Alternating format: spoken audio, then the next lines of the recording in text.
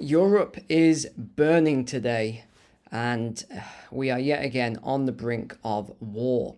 We've got a lot to talk about in today's live stream.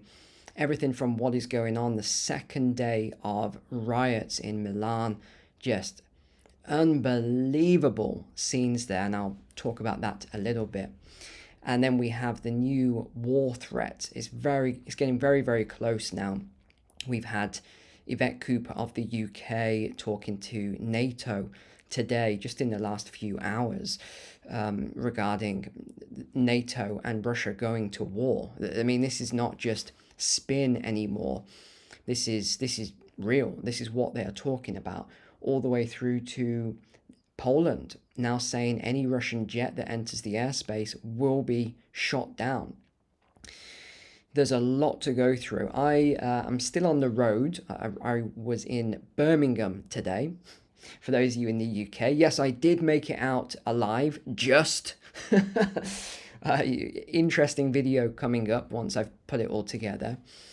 But yeah, that's why I couldn't stream yesterday as to what was happening in Milan, Italy. The scenes, in fact, I've got them ready for you in case you didn't see the scenes yesterday in Milan here. Here we go. So we've just select a couple of these.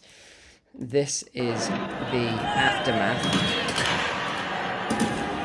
And to give some context, this is because Italy didn't recognize Palestine as a state.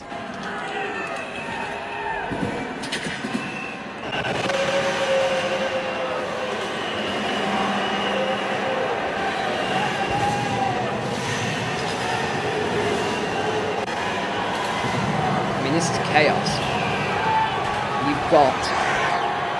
You've got a kind of mix here. I'll show you a couple more in a second. But you know me, I always look very closely at the people, and I look very closely at the groups and the flags and the placards and the signs. And it looks to me as though you've got a mix.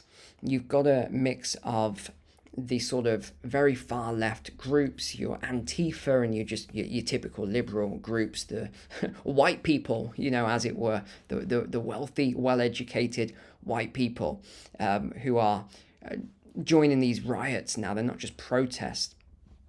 A lot of them are riots. You have these extremist groups. You have your Antifa. You have as well, there's a lot of migrants in the groups as well. Just crazy scenes because Italy didn't vote yes on recognizing Palestine as a state. So that's the context behind it. And these videos go on and on. We're into the second day now of these riots. I mean, this is serious. This is serious business what's going on here. This is not small.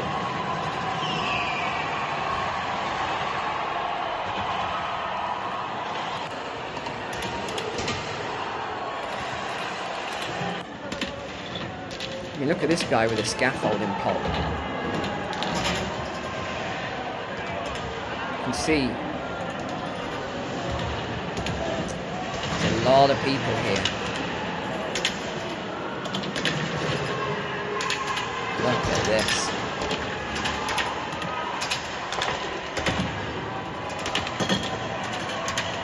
Breaking into buildings. Oh, that was clever. Did you see that? The guy, he's not wearing gloves, right? He just threw the pole through the window with his fingerprints all over them. Well, they'll have him very quickly. These scenes go on and on and on.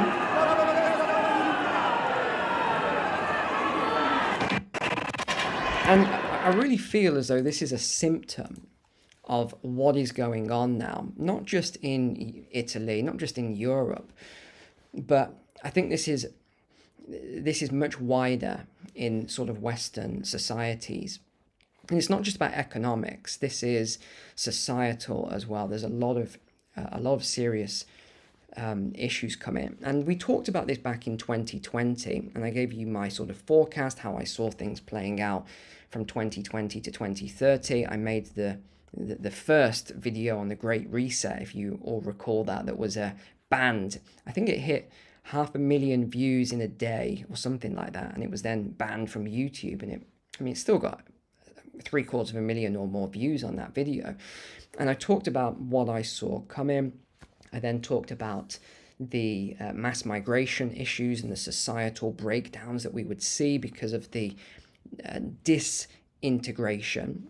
We always hear doctors and engineers, diversity is our strength, etc. Except I'll give you a perfect example where I walked around some areas in Birmingham today, and it was obvious that there isn't integration. It was in fact, I spoke to a man who, he said he was a Sikh. He had a sort of orange turban on. He was a Sikh, and I just had a chat with him. He didn't want to be on camera, but had a really nice chat with him, really nice guy. And I said, can you tell me about the area and the how you all get along here? Because I said, look, I'm not being funny here. I haven't seen any English looking people like me, and I've been walking around for 30 minutes. And he said, oh no, the English all moved out a long time ago. And he was saying there's he said the Sikhs, and he mentioned all these other different groups, Muslims, and he said you've got Eastern Europeans, and you got some other people like that here. And he said it, not me. I'm going to tell you his exact words. He said we don't really integrate. He said we've got our groups here and we've got our schools here, and then they've got, he was talking about Muslims, for example. He said they've got their businesses over there, they've got their schools over there. He said sometimes we fight, and they were laughing and stuff like that. But it was interesting. It's very interesting. And again, I'm not linking that to what's happening here, but you look at this now, this whole Palestine versus Israel and whose side you're on. It's a symptom. That's what we're seeing. And Trump just did a speech. Let me just pull this up. I've got it on here. Trump just did a speech. Here it is. Here's the article here. And he said, this was at the UN. He said, your countries are being ruined by migration. So this is what he gave this speech on. Now, because it's only just come out, I've not actually watched the speech yet, so I'm going to watch it as soon as the stream's over. But he did say that these policies, climate and migration, are destroying Europe's heritage and causing an unmitigated disaster. He called the policies a double-tailed monster that's ruining the European continent. He said, if you don't stop people that you've never seen before, that you have nothing in common with, your country is going to fail. He said, I'm the president of the United States, but I worry about Europe. I love Europe. I love the people of Europe, and I hate seeing it being devastated by energy and immigration. It said it's going to destroy everything in its wake, and that we are too nice, he said, as Europeans. He said, we're just too nice. We want to be politically correct, and in doing so, we've destroyed our heritage. And he said, it's time to end the failed experiment of open borders. You have to end it now. Otherwise, the countries will fail, is what he said. But, this continues on and on and on with all of this. So what triggered these riots in Milan then? It was the Gaza and the humanitarian crisis. It was these, and I'm looking at the groups that are pulling up here. So it said that, there's lots of different groups. Pro-Palestine, it says far left groups here, rank and file unions, students even. It says there was a large amount of Italian students on this protest as well. And then it says that there's the masked and militant elements. So these are the more radical left wing. They're talking about Antifa again, which it was only the other day I said, I think President Trump is probably going to classify Antifa now as a terrorist organization. And I think that's probably the right thing to do at this point with the actions that some of them have taken. But let me know what you think in the chat, if you agree or disagree with that. But that is, of course, my opinion. You have your own opinion. By the way, if you like to get my news, I do have a newsletter. You can look below in the description. There's a link to it. And it basically just gets you to the heart of all of the news in 15 minutes or less every Friday. So sometimes if you don't have a chance to watch the videos, you can get the newsletter, and it will summarize everything for you. And remember to subscribe as well while you are here. That was the main thing then. And it's gone into the second day here. And this one, what a surprise. So the UK did acknowledge Palestine as a state. It recognized Palestine as a state. So as soon as that happened, this is what's going around. I haven't confirmed this myself yet, but this was breaking news on a couple of channels, and it said the Palestinian Authority President Mahmoud Abbas has now said thank you to the UK for acknowledging Palestine, and has now demanded reparations from the UK for its 1917 to 1948 rule, citing international law. Apparently that this was already set up. They've got this for different countries, and now that the UK has announced it, this legal pack is ready to go for these reparations. Now, hold on, we've got some context. I'm just seeing as an update to this article. 2 trillion, roughly size. Okay. It says we've got some context added to the bottom of the article here. It says Abbas has demanded the reparations. However, the 2 trillion comes from the article's statement. Some international law experts have described the 2 trillion as only a good place to start, rather than the actual demand that's been made. Oh, wow. So that's come from the Daily Mail. They've just updated their article on that. This is absolute disaster, ladies and gents. So these are the countries, and then we'll go on to the Russia stuff in a second. These are the countries that have recognized the state of Palestine in the last year then. So you can see in green, this was prior to sort of 1995 here, and then France has just announced it. Italy did not, and of course that's why we're seeing the riots. The UK, Norway, Spain, Portugal, these are all new countries that have now announced this. There was a couple of other things I wanted to bring up, and then we'll go on to the war stuff. Okay, this was a speech that's just come out as well. But now we're beginning to learn the truth, that simply what we've been told on this wasn't true. Far too many that have come don't work, have never worked, and never will work. The ability to bring dependence of all kinds. And when you realise that most that come are very low skilled and on very low wages, you start to get a very, very different picture. In fact, you start to get a massive benefits bill. So I want to be absolutely clear at the outset that we are here to make massive future cuts to welfare spending. I promised we'd announce this or something like this at our conference a few weeks ago. We are the party that will make massive cuts to welfare spending. And if we don't, well, what is coming down the track will best part bankrupt us, although some might say we're almost there. Yeah, to be fair, we are pretty much there. We are bankrupt as a country. Now, you know me, I don't... In previous years, I haven't really gotten into politics in a big way. And then I said a few months ago, because of everything that's happening and the way I see the country going and the conversations I have on a day-by-day basis, it's actually forced me to be quite political. I feel like a lot of us now have, our hand has been forced. I've spoken to people, in fact, on this tour, so many people come up to me when I'm in the street or walking around and they say, "Hey, Neil, I'm a subscriber," or whatever. So I probably spoke to around 20 odd people just in the last week as I'm going around filming the city tours and things. And it's really interesting. It's the same story over and over again. I even spoke to a lady who was in her 80s, and I thought she was going to ask me for directions or something. "Oh, can you help me walk somewhere?" And she said, "Oh, Mr. McCoy," she called me, it was quite funny. "Mr. McCoy, I watch you on my TV each evening and all this." And then she was telling me, "Oh, the sound's too quiet." So people are probably going to say that again. I said, You need a new TV. Your TV, the TV's like 15 years old. Your TV's so old. The sound needs to, But anyway, my point with that, going off on a tangent, is she was saying, I've always been a Labour voter. I've always been. My husband was a low income worker. I've always been a Labour voter.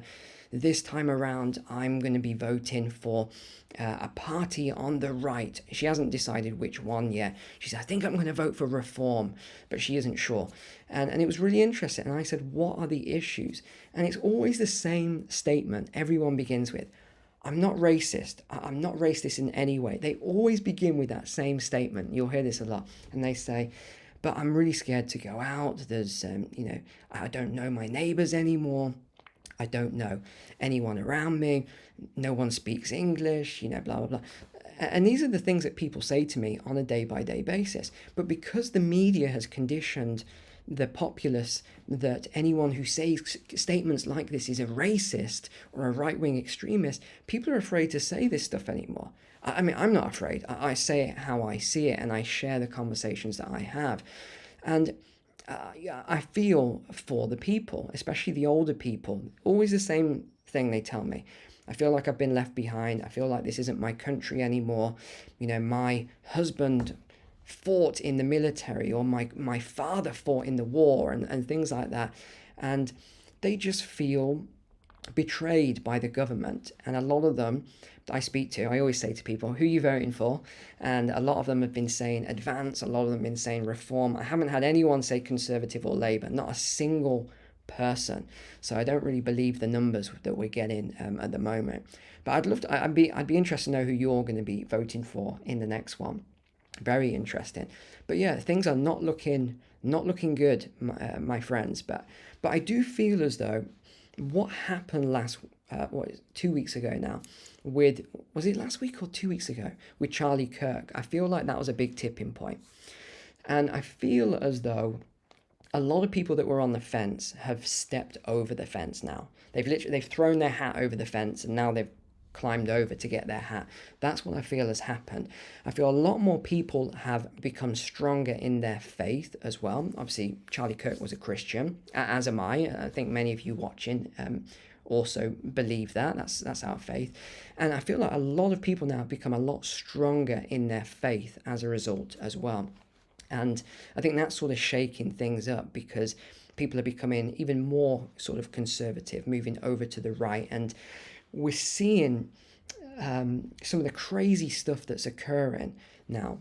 We're seeing some really crazy things happening. And even, some of them are demonic in a way, if we just put it out there, demonic in a way, where whether you agree with someone's politics or not, to celebrate and laugh about them being assassinated in front of their wife and kids and things like that. It's pretty sickening, actually. It's pretty sick to see this sort of stuff. And I think it is shifting. I think people's thoughts and their mindset around this is shifting now. Let me know what you think in the comments. Now, we're going to have to talk about... Okay, here we go. We've got to talk about the Russian stuff now, because this is getting really serious. Here we go. So this was Yvette Cooper. Here we go. NATO allies, I say, the United Kingdom stands in full solidarity with you at this time and always. And to President Putin, I say, your reckless actions risk a direct armed confrontation between NATO and Russia. Our alliance is defensive. But be under no illusion. We stand ready to take all steps necessary to defend NATO's skies and NATO's territory. We are vigilant, and we are resolute. And if we need to confront planes that are operating in NATO airspace without permission, then we will do so. Okay, again, I'm just telling you and showing you exactly what is being said. I'm not saying this. She has just said... And she's reconfirming what the Poland Prime Minister has said. Any Russian jet or plane that now flies into NATO territory will be shot down. Yes. So the other thing, Yvette Cooper, people like these politicians, they've never fought a day in their life. They've never even done any basic military training. They're so insulated in their little bubble, right? A lot of these politicians, they live in central London, and they go from their protected house in their private car. They get driven to wherever they're going, Parliament or wherever they're going. They do that, they go back, they go into their little cliques and their private clubs. They have no idea. They would have never walked around the streets I walked around today and had these conversations. So they're completely out of touch. They use all this fighting talk. You, Putin, I'm going to... Can you imagine if the tables were turned in a way and she had been, I don't know, somehow captured and she's there with Putin in the room? She would be crying. She would be absolutely in tears. I'm so sorry. I didn't mean any of it. No. You know. So they do all this fighting talk, but there's nothing behind the words. The actions are delivered by people like you and your children, right? That's who is going to be fighting. It's never these politicians. It's never their children. So they really don't care. Now there's the same story out everywhere today, and the title is pretty much the same. It says Russia is preparing for war with NATO amid rumors of a huge recruitment drive. So the numbers are, it's saying that there's some sort of leaked playbook. Yeah, I'll believe that when I see it. That Putin accidentally just allowed this playbook to be leaked. Okay, sure he did. But what it's saying is that Russia is preparing for war with NATO, and it says 300,000 soldiers have joined the Russian military since the start of the year, and they're recruiting and training 8,000 soldiers per week. This is what they are saying, and that they are now preparing for war with NATO. Poland, here's the article so you can see it. Poland will shoot down encroaching Russian aircraft, Tusk has said. You want to be very clear, we will make a decision to shoot down flying objects without discussion when they violate our territory and fly over Poland. There is no room for debate here, he said. And this is, hold on, I'll just show you what this is in context to. So this is called the Eastern Sentry Mission. So again, we talked the other day about all these operational names now. This is called the Eastern Sentry Mission, and this was from Rut, I believe, put this together. So this is all the warplanes now that are flying up and down the border. And even Estonia has now said they're open to hosting British nuclear-capable fighter jets ready for Russia. Look, you can see this in black and white, ladies and gents, all of this stuff. It is worrying. It is very worrying indeed that we are pretty much on the border now of this massive conflict. Not good, ladies and gents. I hope you subscribed and get my newsletter as well. You can get that below. I'll be checking out the comments after to see what everyone thinks about this situation. Thanks for being online. Take care. God bless. See you next time.